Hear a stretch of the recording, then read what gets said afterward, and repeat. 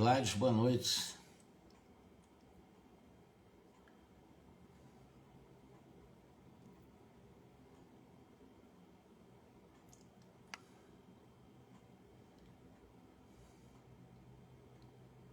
Alice, boa noite.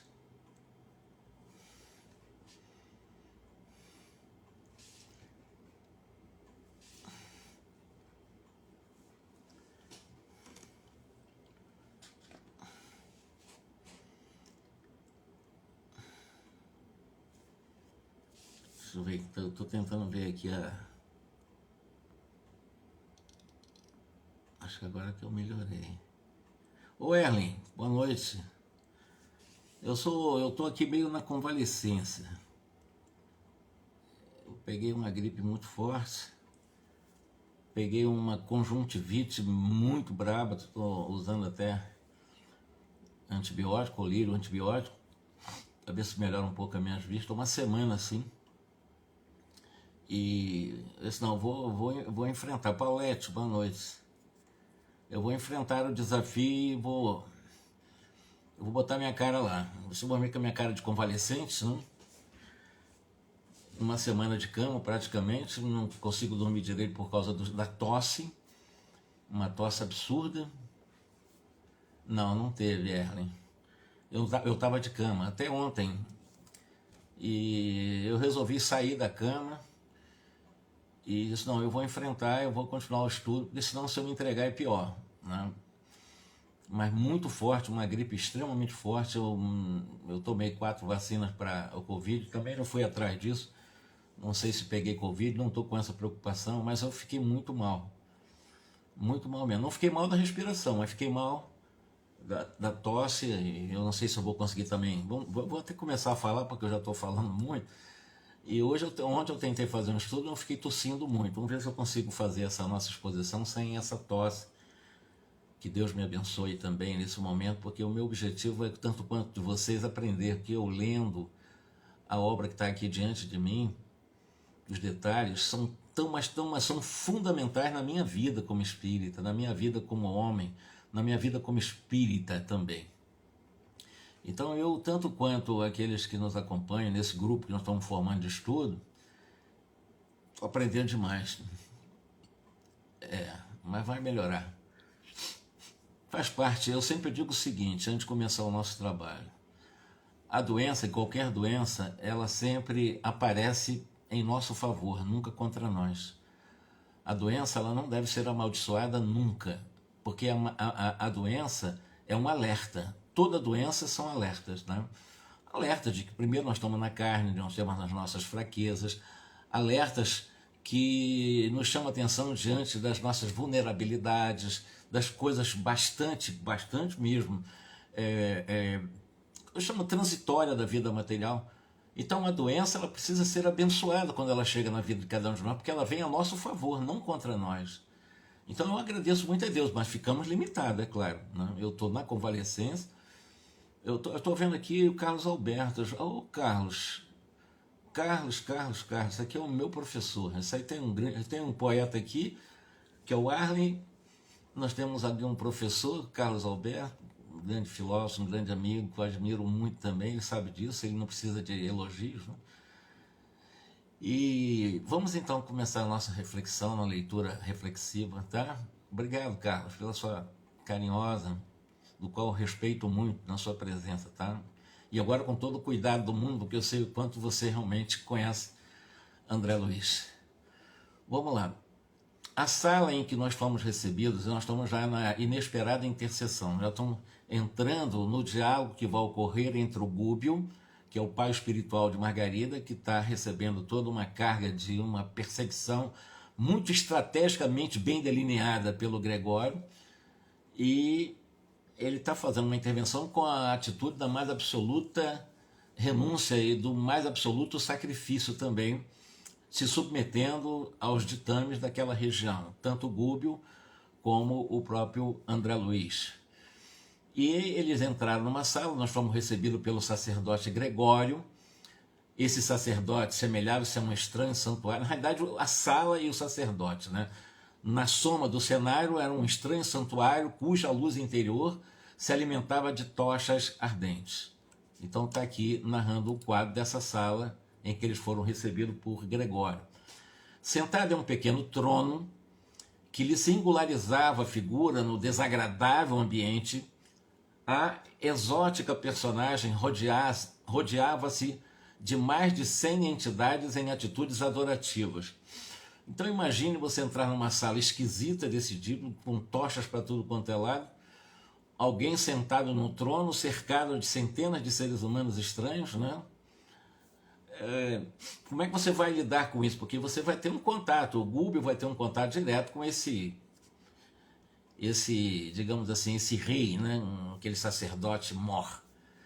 Dois cortesãos extravagantemente vestidos manejavam grandes incensórios, então até incensos, né, eles utilizavam, em cujo bojo se consumiam substâncias com odores de violentas emanações.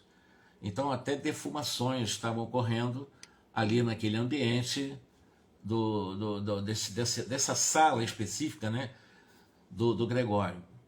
Trajava ele, olha só, o Gregório, ele trajava uma túnica escarlate. E nós sabemos que a túnica escarlate está muito ligada, inclusive, à própria igreja de Roma, né? Os sacerdotes de lá, de alta hierarquia, das hierarquia realmente mais destacada, do alto clero, eles usam muito essas túnicas, né, escarlate. Tanto quanto também as grandes túnicas que utilizavam os imperadores romanos também escarlate. E nimbava-se de halo pardo escuro, cujos raios inquietantes e contundentes nos feriam a retina. Uma coisa muito desagradável, né? Esse halo que envolvia esse personagem. Fixou em nós, então, Gregório, o olhar percussiente, inquiridor, estendeu-nos a destra, dando-nos a entender que podíamos nos aproximar. Então, se venha. O André acompanhou o Gúbio e ele queria saber quem seria Gregório naquele recinto. Um chefe tirânico ou um ídolo vivo saturado de misterioso poder? Então veio uma confusão para interpretar quem era, o que ele representava ali naquele local. Ou com um simples gesto determinou regime sigiloso para a conversação que entabularia conosco. Porque em alguns segundos o recinto se esvaziou. Então ele mandou todo mundo, os mais de 100 asseclas, né, saírem da sala para ele conversar, em particular, com o Gúbio, com o André Luiz. O Eloy também estava. Compreendi que cogitaríamos de grave assunto e fitei o nosso orientador para copiar-lhes os movimentos. Então o André Luiz ficou de olho no Gúbio para ver o que ele fazia para ir copiando, porque o André Luiz é um discípulo ali. Gúbio, seguido por Eloy e por mim, a reduzida distância, acercou-se de Gregório, que o contemplava de fisionomia rude. Passando de minha parte a observar o esforço de Gúbio para contornar os obstáculos daquele momento, de modo a não classificar-se por mentiroso à face da própria consciência. Cumprimentou Gregório, exibindo fingida complacência, e falou: lembra-te de que sou juiz mandatário do governo forte aqui estabelecido. Então, vamos prestar atenção a algumas palavras. Governo forte, estabelecido exatamente ali naquela região. Não deves, pois, faltar à verdade. Então eles trabalham também com a pretensa verdade. Eles trabalham dentro de uma visão de justiça, dentro de um código de parâmetros, de estatutos deles. Decorrida pequena pausa, acrescentou: em nosso primeiro encontro enunciaste o nome. O Gregório lembrou que o nome anunciado lembrava exatamente a mãe de Gregório, que é a Matilde. E ele lembrou que sim, respondeu o Gúbio, sereno, a de uma benfeitora. Repete, por favor, ordenou o sacerdote o Gregório. Matilde é o nome dela. O semblante de Gregório fez um sombrio e angustiado, ficou assim, estupefato. De Seir recebera naquele instante tremenda apunhalada invisível.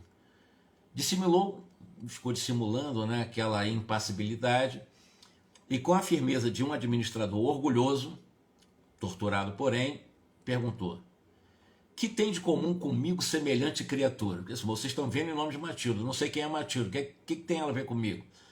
Aí o Google perguntou sem afetação, ou respondeu sem afetação.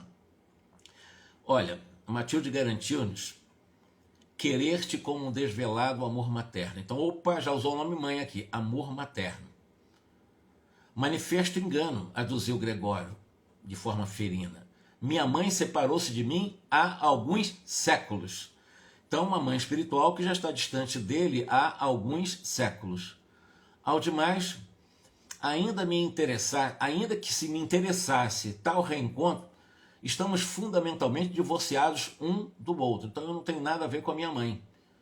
Quer dizer, tentou disfarçar. Ele está usando essa autoridade sacerdote-mor em uma região dominada pelas forças, né, pelos autoritarismos desses chamados juízes, e ela serve ao cordeiro, eu sirvo aos dragões.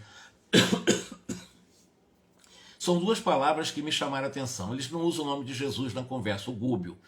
Ele chama de Jesus do Cordeiro de Deus. E o Cordeiro de Deus é a ser combatido por esse grupo. Cordeiro de Deus, Jesus. Mas eles servem aos chamados dragões. Aí eu perguntei, dragões, aonde o André Luiz foi encontrar, ou por que essa narrativa de dragões, por que Gregório faz citações aos dragões? O próprio André Luiz, ele explica para nós quem são os dragões. Espíritos caídos no mal, desde eras primevas da criação planetária. Então nós imaginamos seres caídos no mal desde o começo da vida na Terra e que operam em zonas inferiores da vida, personificando líderes de rebelião, ódio, vaidade, egoísmo. Então há uma personificação nesses tais dragões como espíritos caídos, nessas viciações, nessas paixões, né? Ódio, vaidade, egoísmo. Não são, todavia, demônios eternos, porque tem a ideia do anjo decaído, pelo menos consubstanciado na teologia de demônio, Lúcifer, diabo, essas coisas todinhas. Não é isso que ele está falando, porque individualmente se transformam para o bem no curso dos séculos, como acontece aos próprios homens. Então ele fala, eles vão crescer, porque eles são considerados dragões, ou espíritos caídos voltados ao mal, e ele coloca, eles vão crescer tal qual acontece aos próprios homens através dos milênios. Então ele faz uma comparação entre seres e os homens, os dragões e os homens. Então os dragões não têm nada a ver com a humanidade, ou tem alguma coisa a ver com a humanidade? Porque ele vai falar, né? Eles vão se transformar sim, porque é a lei da evolução. Eles podem levar 1 bilhão de anos assim, mas um dia chegarão à pura e eterna felicidade, porque toda criatura de Deus vão chegar exatamente a esses patamares de pura e eterna felicidade. Mas eu falo, transformam-se para o bem no curso dos séculos, como acontece aos próprios homens. Então há uma comparação entre os humanos e esses tais dragões. Aquela particularidade da palestra bastava para que a curiosidade de André Luiz explodisse. Puxa, é um tema totalmente novo. Dragões, espíritos caídos desde os tempos primórdios da Terra, e que eles vão sair dessas condições através do carreiro do tempo, e vão chegar também, tanto quanto o homem, às condições de pura e eterno felizes, né? Quem seriam os dragões? A que se reportava esse tal de dragões, já que o Gregório diz que eles recebem o comando dos dragões. Não tem nada a ver com o Cordeiro de Deus, que é a mensagem do bem personificada em Jesus. Gênios satânicos da lenda de todos os tempos? Ainda é uma indagação de André Luiz.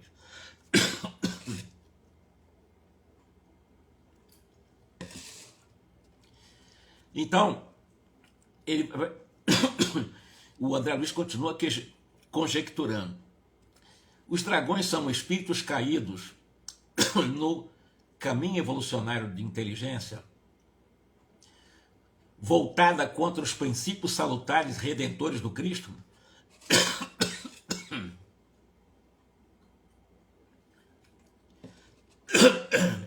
Eu disse para você que é um desafio para mim hoje. Eu estou uma semana de cama, mas eu vou levar. Não tem espírito do mal que vai me dominar, porque eu sou mais forte. Eu posso, eu consigo, eu sou capaz. E eu mereço.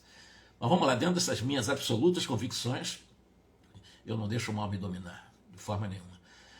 Já disse para vocês algumas vezes, jamais eu deixarei. doença é doença, né? Mas no momento que eu estou falando uma coisa tão séria e supostamente ocorreu uma interferência magnética, eu não vou permitir, não. Ele sabe o que eu estou falando. Bom, espíritos caídos no caminho evolucionário de inteligência voltada contra os princípios salutares e redentores do Cristo. Então, há uma explicação. Na realidade, há essa indagação de André Luiz. Esses espíritos caídos, dentro desse processo evolutivo, né?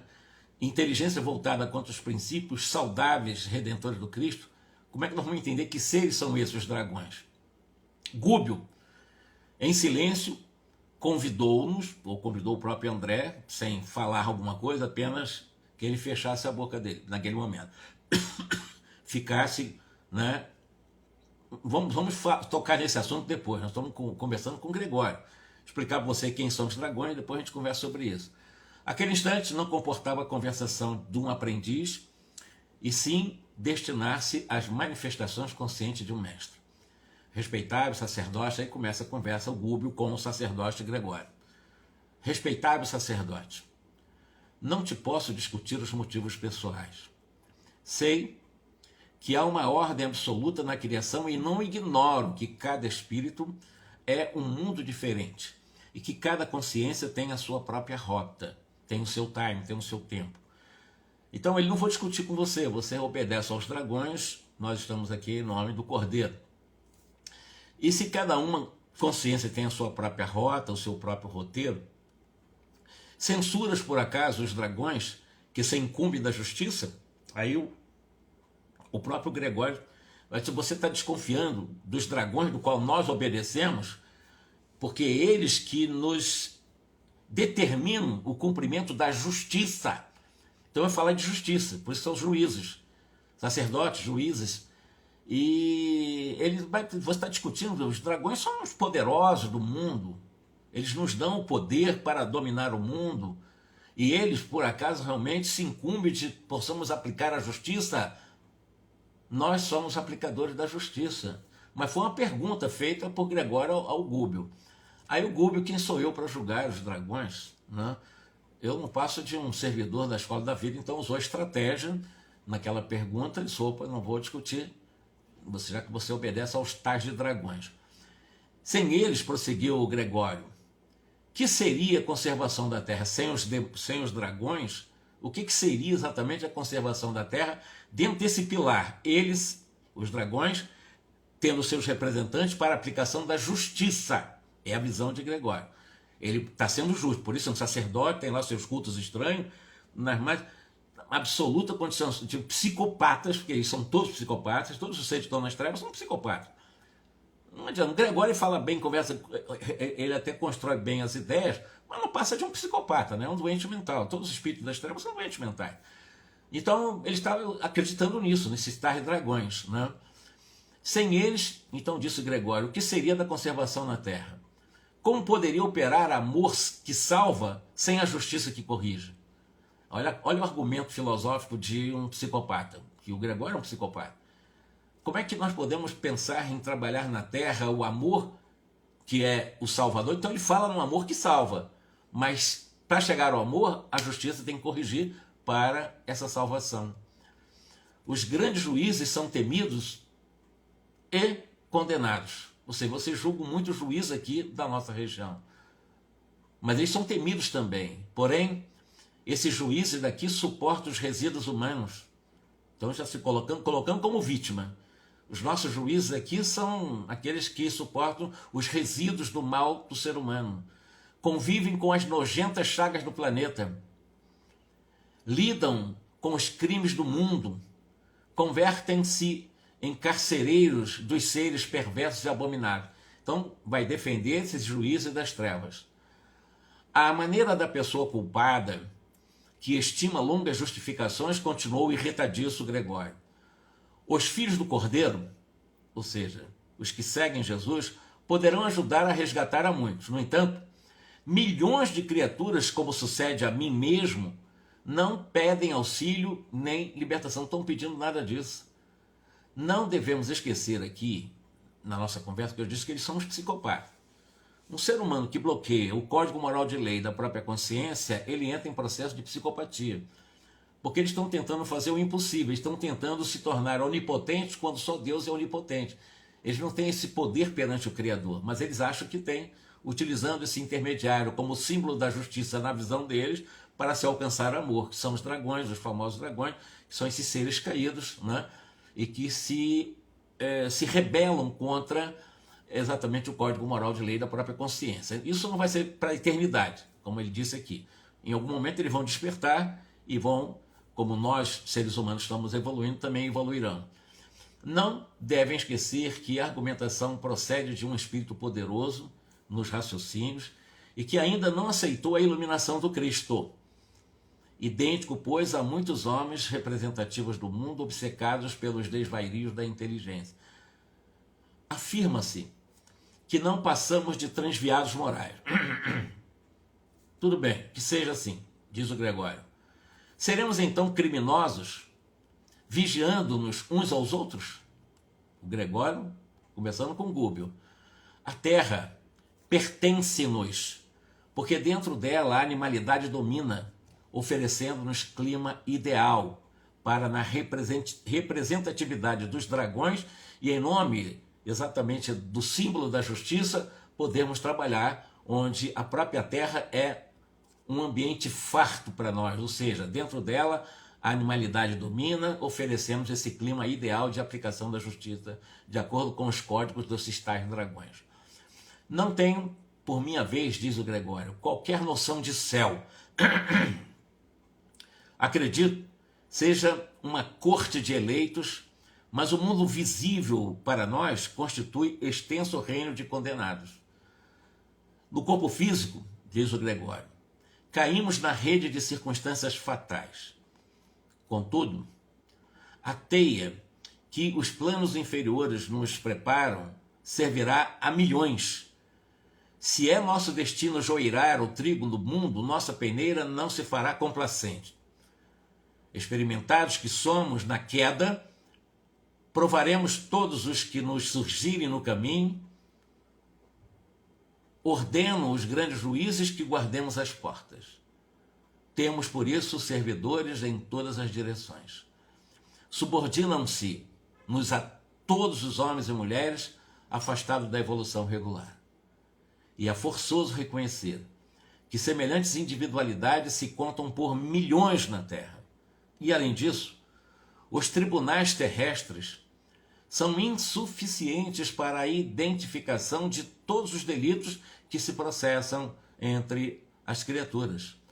Então, eles estão realmente, dentro da visão deles, os mais preparados, dentro de uma visão terrena, não de uma visão espiritual, celestial, não. A visão deles é focada na Terra, se consideram soberanos na Terra, porque aqui é um mundo fértil para a manifestação das suas sanhas na busca dessas justiças inapeláveis, né, do qual eles acham que estão servindo aos tais dragões. Nós, sim, é que somos olhos da sombra para os quais os menores dramas ocultos não passam despercebidos. Está falando verdades aqui, né? Está falando que a justiça humana falha muitas vezes, quantas pessoas desencarnam em que jamais foram alcançados pela justiça humana, mas a justiça deles, evidentemente, não vão conseguir escapar, até por questão de sintonias em termos mentais. E, considerando essa realidade, ele é um ser inteligente, mas ele é um homem inteligente com toda uma índole psicopática, né? Todos eles. Eles falam justiça, falam coisas corretas em muitas coisas, mas dentro de um sentimento de absoluta obstrução a uma capacidade racional, consciencial das coisas divinas. Eles não estão preocupados com coisas divinas. Divinos para eles, exatamente o símbolo dos dragões, do qual eles obedecem cegamente para poderem serem, como obedientes aos dragões, aplicadores do ramo daquilo que eles chamam de justiça implacável, da justiça sem piedade, da justiça sem misericórdia. E eles só vão pegar os seres que estão no mal. É o que ele está dizendo, só vão pegar os seres que estão no desequilíbrio. Se a justiça humana não pegar, nós pegamos aqui, não tem jeito. Mas vamos continuar. Gúbio, fitando Gregório, com humildade, considerou: grande sacerdote. Então já começa a dar um tratamento até de respeito para o próprio Gregório. Eu sei que o Senhor Supremo nos aproveita a sua obra divina. segundo as nossas tendências, possibilidades, satisfazer os desígnios. Aí ele vai lembrar do nosso processo de imunidade no corpo físico, né? Os fagócitos no corpo humano são utilizados na eliminação da impureza. Do mesmo modo que a faísca elétrica estoura a fim de sanar os desequilíbrios atmosféricos. Nós conhecemos da natureza. Respeito assim o teu poder. Então, Google, eu respeito o teu poder, Gregório. Se a sabedoria celeste conhece a existência das folhas tenras das árvores, sabe também a razão do teu extenso domínio. Então, Deus sabe que você está aí. Deus é o Criador, Deus sabe tudo. Deus é a sabedoria suprema. Então, sabe o que está acontecendo aqui. É o que ele está mostrando para nós. Entretanto, Gregório, não concordas, pergunta o Google para ele, que a nossa influência prevalece sobre a fatalidade?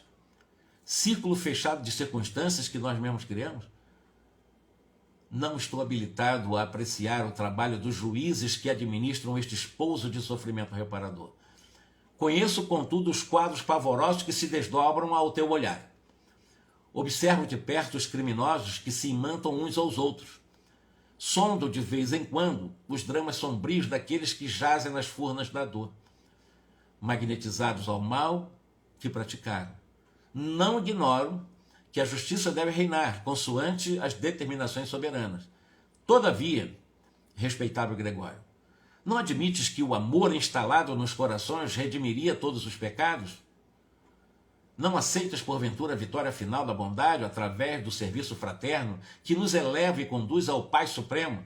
Então, todo o contra-argumento de Gúbio diante de um ser poderosíssimo das trevas, e o Gúbio mostrando realmente a sua coragem, o seu amor, a sua renúncia, e exatamente agindo como ele se propôs fazer a Matilde. Eu vou fazer isso pela minha filha e pelo seu filho, porque o Gregório é filho espiritual de Matilde.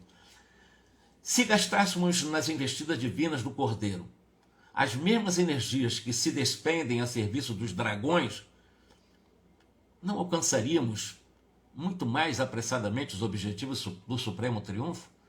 E já bota uma pergunta na cabeça do Gregório, assim, entre você servir Jesus e servir a esses tais dragões, não seria muito mais rápido nós alcançarmos o objetivo do supremo sucesso, do Supremo Triunfo?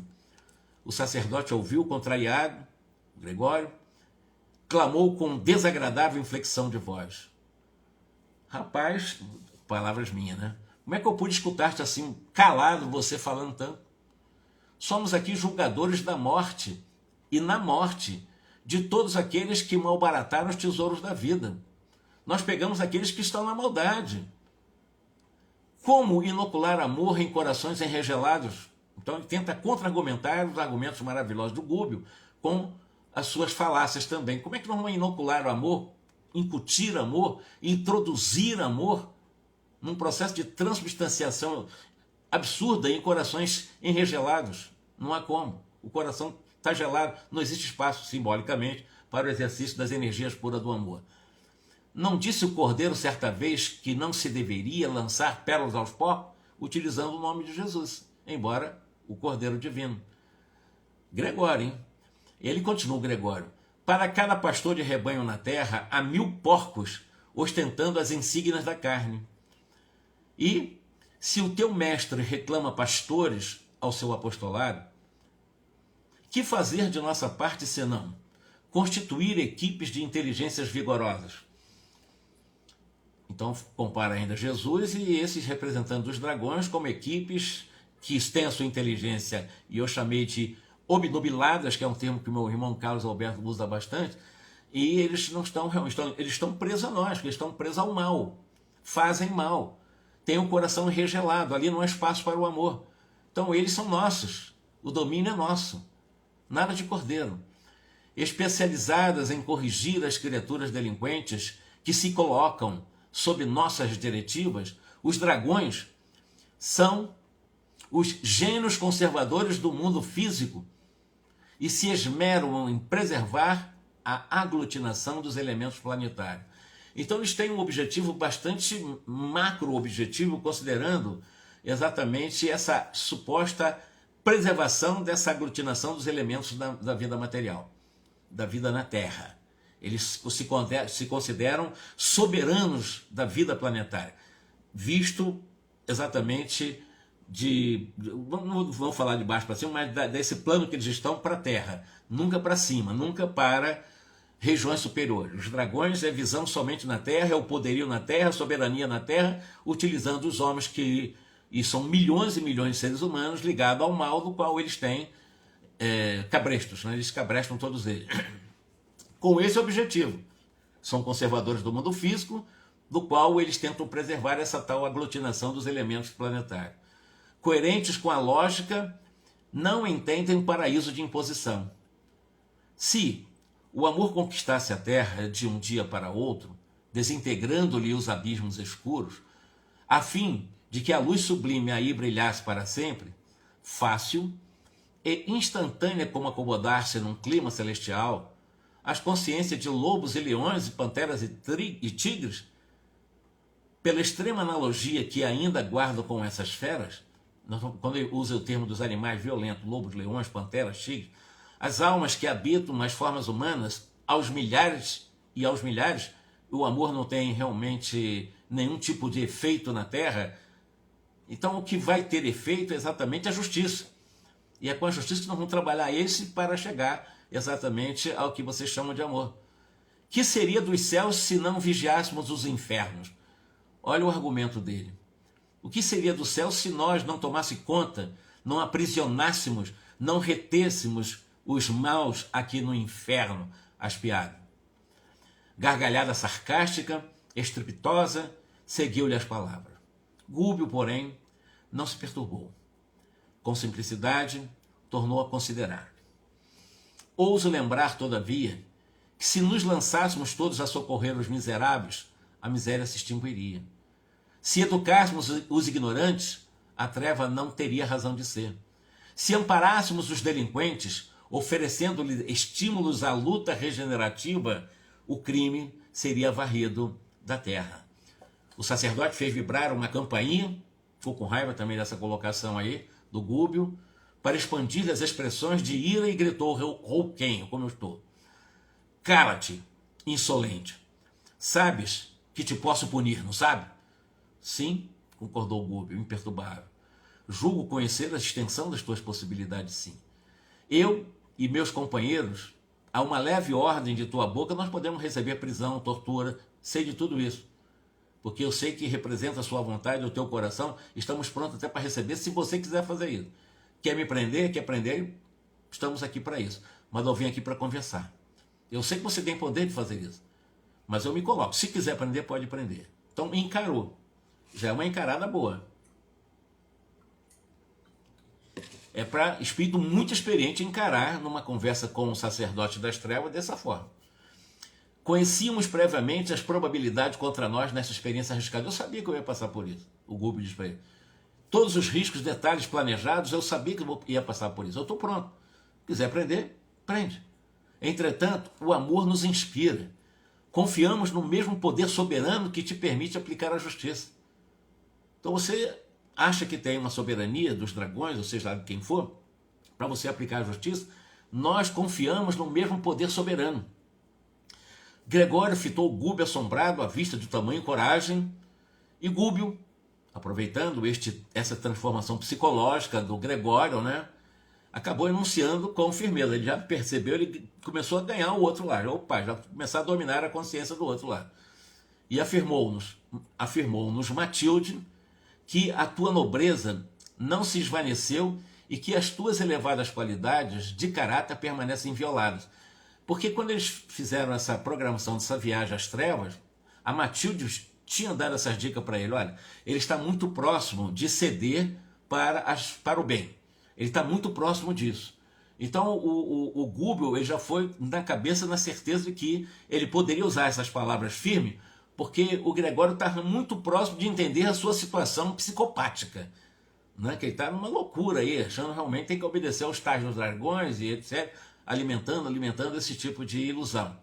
Então, ele está dizendo aqui, não obstante a direção inadequada que imprimiste aos seus passos por isto, identifico-te o valor pessoal, chamo-te respeitável, nos apelos que te dirijo. Então, Gregório, eu estou te respeitando. Eu não estou te desrespeitando. E estou chamando você de respeitável sacerdote. A cólera do sacerdote pareceu abater-se. Aí ele ficou mais tranquilo. Não acredito em tuas informações, acentuou Gregório, contrariado. Mas ser claro nas rogativas. O que você quer? Não dispõe de tempo para falas inúteis. Já estava começando a ficar perturbado, porque estava vendo a força do argumento de Gúbio diante da sua já vulnerabilidade em relação a toda a rigidez de obediência cega ou muito cega aos dragões. Respeitável Gregório, serei breve. Ouve-me com tolerância, por favor.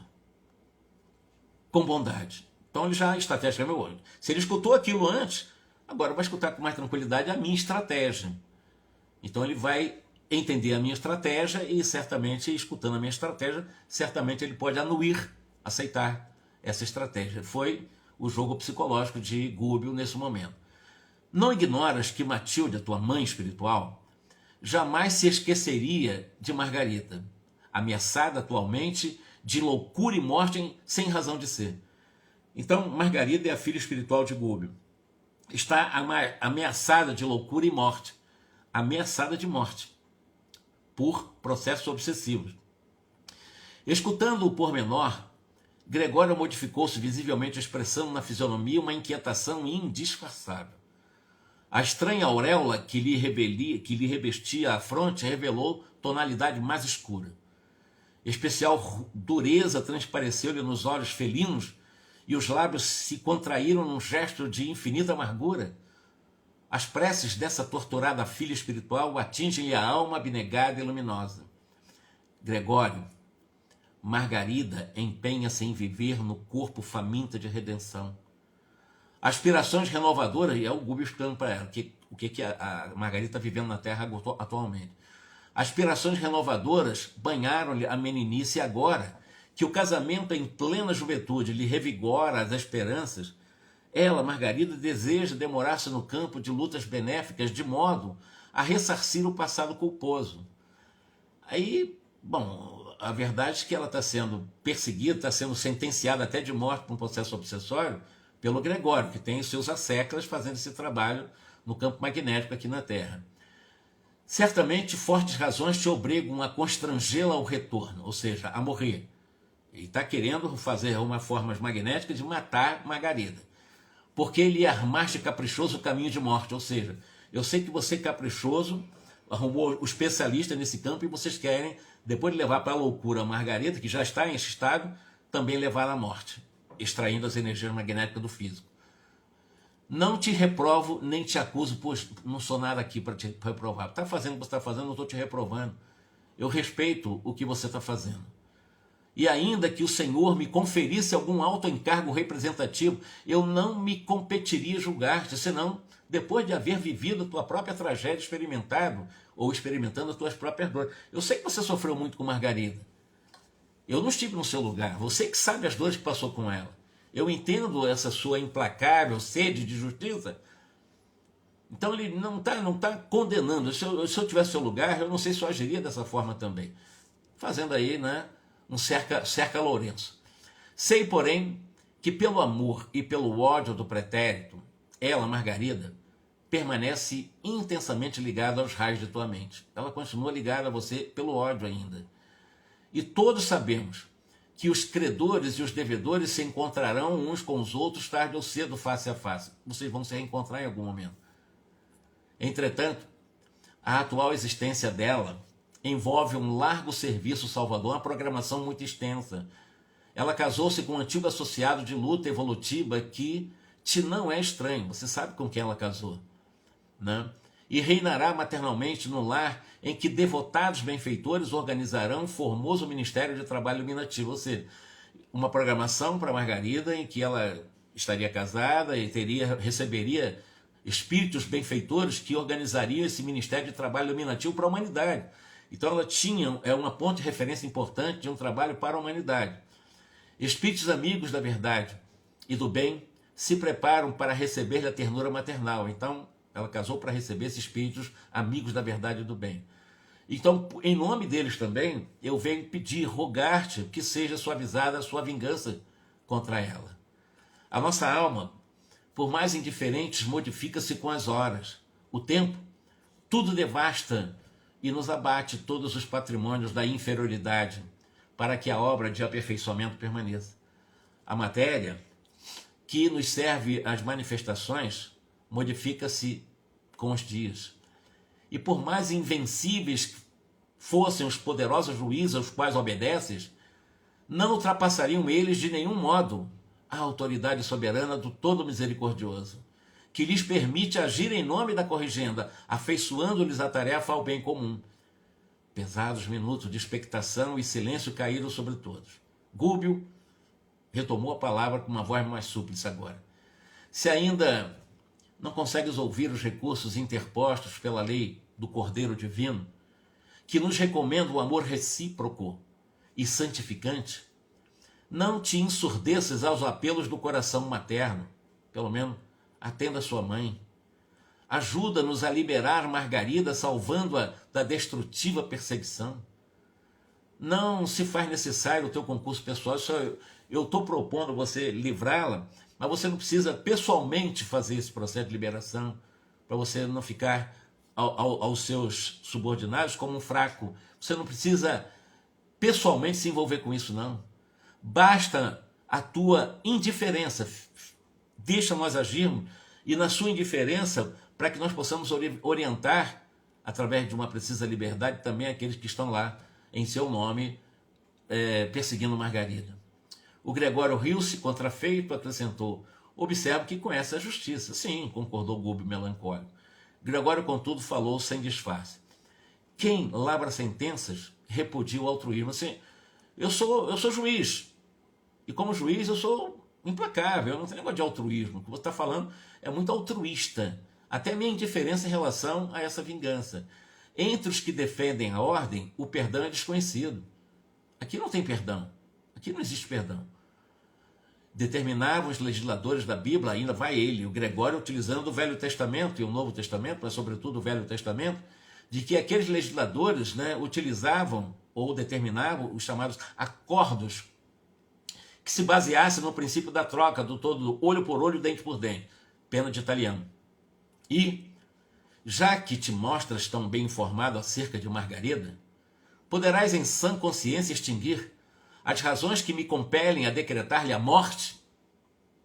Olha só, então um juiz das trevas, perseguindo uma das suas vítimas, perseguindo uma das pessoas ligadas a ele psicologicamente, e determinando que ela morra nessa encarnação. Há uma programação reencarnatória, em que nessa reencarnação Margarida vai receber espíritos que têm um compromisso até de sociedade bem amplo, e de repente ele, representante dos dragões do mal, está realmente, enfim, decretou a morte dela. Não, ela não vai sobreviver não vai ter esse casamento não. É mais ou menos por aí. Então ele, o Gregório, através dos seus argumentos e através do seu mando, através desse, ele pratica um tipo de um culto estranho, um culto de magia lá nessas trevas, e ele determinou a morte de Margarida. Então, uma obsessão levaram a uma desencarnação. É uma coisa bastante estranha para muitos, mas é uma coisa interessante nós analisarmos. Obsessões muito terríveis na Terra que podem levar a um obsidiado, a um processo de desencarne, sim. Se não houvesse essa interferência, o que aconteceria com Margarida? Entenderam? Não discuta os pretextos que te conduzem, exclamou Gúbio, entre aflito e entristecido. Todavia, ouso insistir na súplica fraternal. Auxilia-nos a conservar aquela existência valiosa e frutífera, defendendo-nos. Quem sabe você consiga fazer isso. Talvez pelos braços carinhosos da vítima de hoje, poderíamos tu mesmo voltar à experiência humana, reencarnar. Quem sabe você ser filha dela e se aproximar e esse ódio ser aplacado. Qualquer ideia de volta à carne me é intolerável, gritou Gregório. Jamais, não quero reencarnar. Sabemos, grande sacerdote, continuou Gúbio muito calmo, que sem a tua permissão, em vista dos laços que Margarida criou com a tua mente, que a sua mente é poderosa e ativa, eu sei disso, ser-nos-á difícil qualquer atividade libertadora. Eu sei que eu vou ter insucesso no meu programa que Matilde, sua mãe, pediu para fazer. Tanto considerando você, como considerando a minha filha espiritual. Mas eu prometo a você liberdade de ação. Aliás, quem está falando isso, prometo-te liberdade de ação, não te pedimos sustar a sentença, nem pretendemos inocentar Margarida. Ou seja, eu quero que você me dê liberdade para agir lá na terra, com os seus assédios que estão lá, e não estou pedindo você caçar, sustar a sentença que você já determinou para a Margarida. Não estou tentando inocentar a Margarida do que ela fez para você, não é isso que nós estamos fazendo aqui. Quem assume compromisso diante das leis eternas, que foi o caso dela também, né? Ela acaba sendo obrigada a encarar de frente ou mais tarde para resgate justo, responsabilizando pelo erro que ela fez contigo. Tudo bem. Agora, o que eu peço a você é a prorrogação da execução dos teus propósitos. Você quer, você vai fazer. Mas o que eu estou pedindo agora é que você prorrogue essa execução. Não mate agora, não insista para que ela saia do corpo físico, já que está levando a um processo de psicopatia, ela já está em processo de alienação mental, a Margarida na Terra. Concede à tua devedora um intervalo benéfico, é o que o Gubi está pedindo. Dá um tempo para ela, em homenagem aos carinhos de tua mãe Matilde. E possivelmente os dias se encarregarão de modificar estes processos dolorosos. Demonstrando expressão de surpresa em face da imprevista solicitação de adiamento, o André Luiz ficou meio surpreso com isso, né? Porque se esperava exatamente que Gúbio se impusesse, reclamando a revogação definitiva daquela sentença de morte de Margarida, né? E, de qualquer maneira, Gregório considerou agora menos contundente. Tenho necessidade do alimento psíquico que somente Margarida me pode proporcionar. Então ele tem necessidade das energias mentais de Margarida. Perguntou Gúbio mais encorajado. E se reencontrasse o doce reconforto da ternura materna, não seria uma forma de você também estar se alimentando, né, esse alimento psíquico através, na condição mais tarde de filho? Se reencontrasse esse reconforto dessa ternura materna, sustentando-te a alma, até que Margarida te pudesse fornecer redimido e feliz o sublimado pão do Espírito. O sacerdote levantou-se pela primeira vez e clamou: não acredito nisso.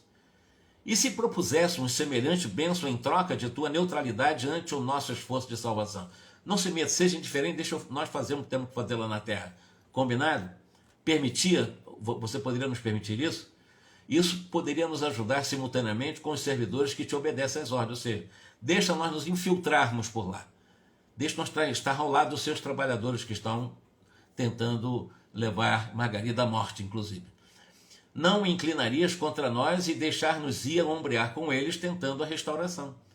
Ou seja, deixa nós a gente estar lá com eles, com seus vários assédios que estão levando Margarida a esse estado, inclusive de quase morte, e vamos tentar ver o que pode ser feito lá naquele ambiente, naquele cenário.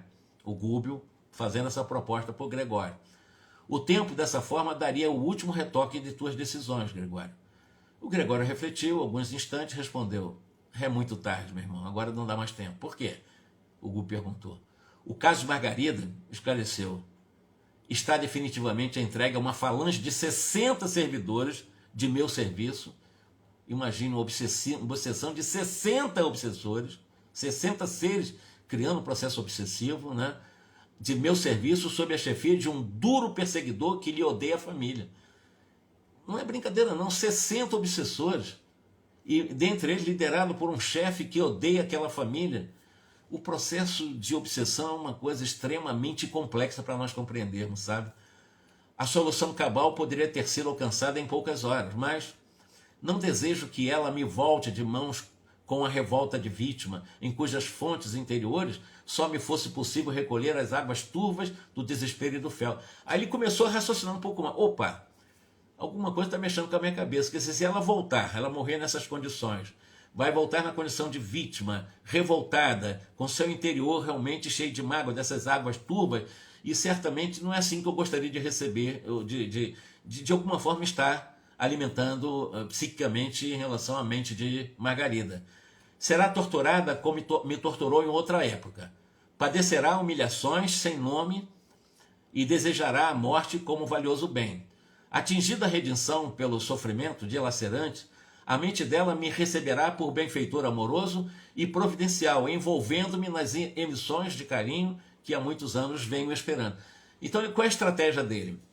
É exatamente fazer com que ela sofra bastante e que, atingida, né, a um processo de possível redenção pelo sofrimento, a mente dela, ela vai ser julgada também por esse juízo, vai ser levada para as trevas, e ela vai sofrer, vai padecer bastante humilhação, será torturada. Em algum momento ele vai fazer a intervenção dele, do poder de sacerdote dele. E quando ele fizer como a sua intervenção a favor dela, ela, nesse momento, vai vê-lo como um benfeitor, amoroso, providencial, e certamente envolveria o seu coração, a sua sede das energias mentais de Margarida, né, através de algum carinho, do qual ele está esperando. Então é uma estratégia que ele está utilizando, é tirada da terra, e em algum momento está naqueles tribunais, está sendo julgada, ser humilhada, etc, etc, e ele interferir e resgatá-la, e ela, a partir daí, vê-lo não como inimigo do passado, não como adversário do passado, que ela também fez muito mal a ele, né, e pudesse vê-lo. Então ele tinha uma visão interessante em relação a isso. Isso na visão dele, né? Então seria infrutífero qualquer tentativa liberatória. Os raciocínios dela vão sendo conturbados pouco a pouco, e o trabalho de imantação para a morte estão quase terminados. Ou seja, eles estão magnetizando a partir exatamente dessas conturbações magnéticas, desse trabalho de imantação magnética, está quase terminada para ela desencarnar, extrair, bloqueando os centros vitais dela. E aí, Gúbio não se deu por vencido e insistiu. E se nos confundíssemos com a tua falange tentando o serviço que nos propõe? Compareceríamos junto à enferma, como amigos teus, e sem te respeitarmos a autoridade, procuraríamos a execução do programa que nos trouxe aqui, testemunhando a humildade e o amor que o Cordeiro nos ensina. Gregório pensava maduramente, em silêncio. Mas Gúbio prosseguia com simplicidade, firmeza. Concede, vamos. Concede essa oportunidade. Dá-nos a tua palavra de sacerdote. Lembra-te de que um dia, ainda que não creiais, enfrentarás de novo o olhar de tua mãe. Isso vai acontecer nos capítulos posteriores, vocês vão ver que é muito lindo também essa passagem, ele diante da mãe dele. O interpelado, após longos minutos de reflexão, ergueu os braços e asseverou: não creio nas possibilidades do tentando. Todavia concordo com a providência a que recorres. Não interferirei. Pronto. Ganhou. O Gúbio ganhou o Gregório. Não vou interferir. Palavra do sacerdote. Não vai interferir. Para dar continuidade, nós estamos com poucos minutos, eu quero fazer esse gancho na próxima quarta-feira, como descerrar e com a continuidade da entrada no próximo capítulo, para nós fazermos exatamente esses ganchos. Porque essa conversa foi extraordinária, o convencimento de Gúbio, a coragem dele, sabia que Gregório poderia colocá-lo num calabouço de novo, se eu não estou com medo disso. Porque ele sabia que o Gregório já estava balançado, a mãe dele, a Matilde, já tinha avisado para o Gúbio. Então o Gúbio estrategicamente sabia que o psicológico do Gregório estava acessível, tanto é que ele já concedeu. E a partir dessa concessão, muitas outras coisas vão ocorrer, mas lembrem-se de que o que nós conversamos até aqui, até a concessão de Gregório, o objetivo era esse. Era realmente tirar Margarida, porque ele se alimenta do psiquismo de Margarida ainda, de séculos e séculos e séculos, ligado, sob o ponto de vista de paixão a ela, e ela o traiu várias vezes, e de alguma forma, o objetivo dele é tentar conseguir realmente o carinho dela. Por essa maldade aí, né? Tirar ela, ele vai lá para os tribunais, será bastante humilhada, será bastante maltratada, etc. Ele aparece como salvador, como juiz que é, e vai resgatar-lhe. A partir daí ela passa a ter uma admiração por ele, um carinho maior por ele, etc. E aí ele alimentaria, né, no campo magnético dele, a necessidade dele, que ele tem dela também. Mas vejo mais de 60 perseguidores. Isso não é brincadeira não, sabe? A obsessão, eu estava falando para minha esposa hoje, é uma coisa muito difícil. As casas espíritas ficam abrindo trabalhos de obsessão como se fosse uma coisa simples. Não que não se deva abrir, mas se deve abrir trabalhos de obsessão com extrema cautela e com um profundo conhecimento do tema. Porque acabam a ver fanfarrice, né? Acabam vendo coisas que não são inócuas em trabalhos obsessivos. Muitos trabalhos de obsessão que existem no Brasil e no mundo são inócuos, eles não têm um efeito.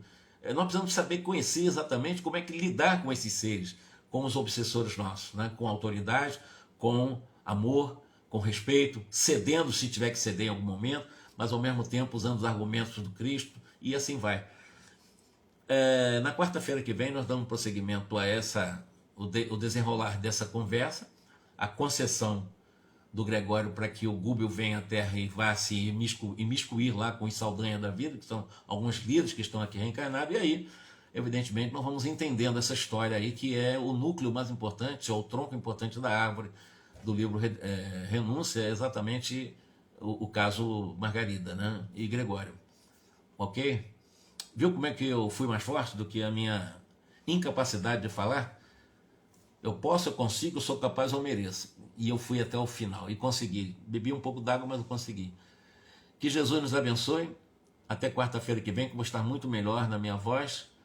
E vamos entender esse desenrolar desse drama aí, que isso nos ensina muito, bastante. Dragões. Aprendemos muita coisa hoje. Espíritos caídos, né? É isso aí, Paulette. Um grande abraço, Alice, Gladys, todos que estão, claro, o Carlos, grande abraço para você, Carlinhos, Ellen, Eleusa, então um grande abraço para vocês, tá? Até a próxima, que Jesus nos abençoe.